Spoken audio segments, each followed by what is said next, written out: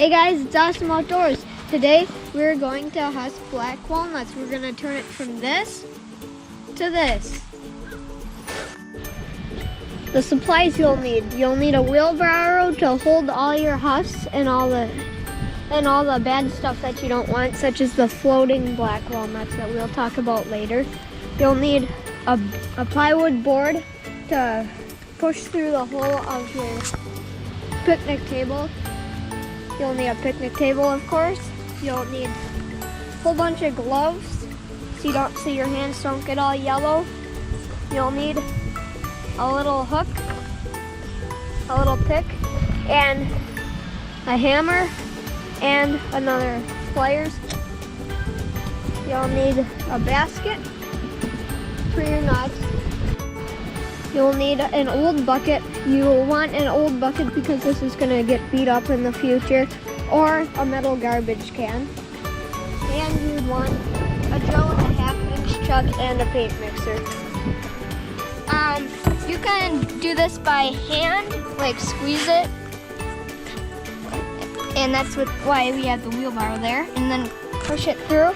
But what's a lot faster and easier is you just put your walnut up there, take a board, and then step on it. Take it off, and then that's another way to do it. We got 2 pails here. We don't really need a trash pail because we got the wheelbarrow up here. And then that's what we do until all the nuts are done being husked. Yeah. Woo-hoo. Do it one more time.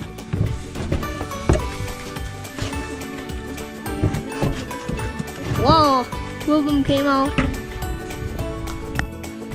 So what you're gonna do is one of you 3 people you have is gonna slam one of the black walnuts through, and then it's gonna have like a little mushroom shape on it.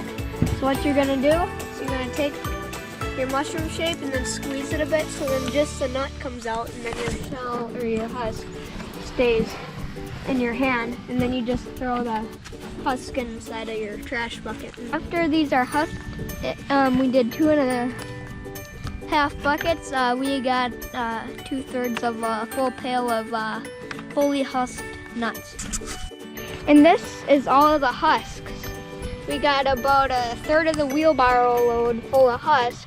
The next step is turning these into these. So we're gonna pour about 1/3 of a 5-gallon pail into there. Or about half of what we got.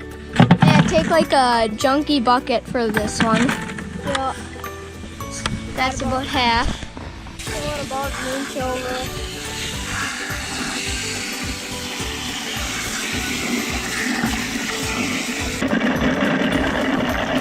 Got a paint mixer on it. So make sure to dump it in a spot that you want some like grass to die or like weeds to go away. Yeah. So yeah, the grass will die in this area. And then we hose it off. Man, those look good. So we're gonna do that again, and we're gonna rewash them. So you don't want to get too much water inside of your pail, because if you get too much water in it, they won't bounce around. And now for the second time, we're gonna take our nuts and dump them.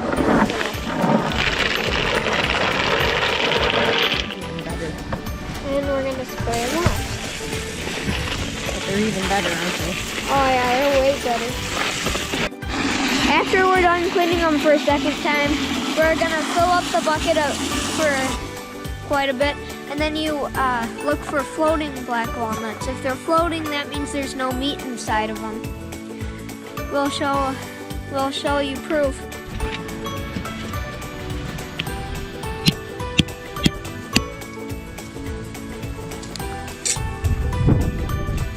So now we have one that didn't float. We're gonna compare it to the ones that did. And yeah, there's a lot more meat in it.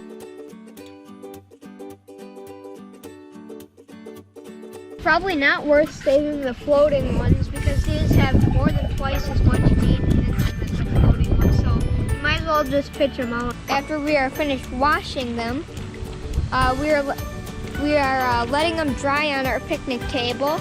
And if you have like squirrels, you make a chicken wire bag and then you hang it up in like a tree or something so that the squirrels don't steal your nuts. So we bought these bags for about $13 on Amazon, which means they're about 13 cents a piece because there's about 100 of them. We put about, what do we say, 50 or 60 of them in each bag.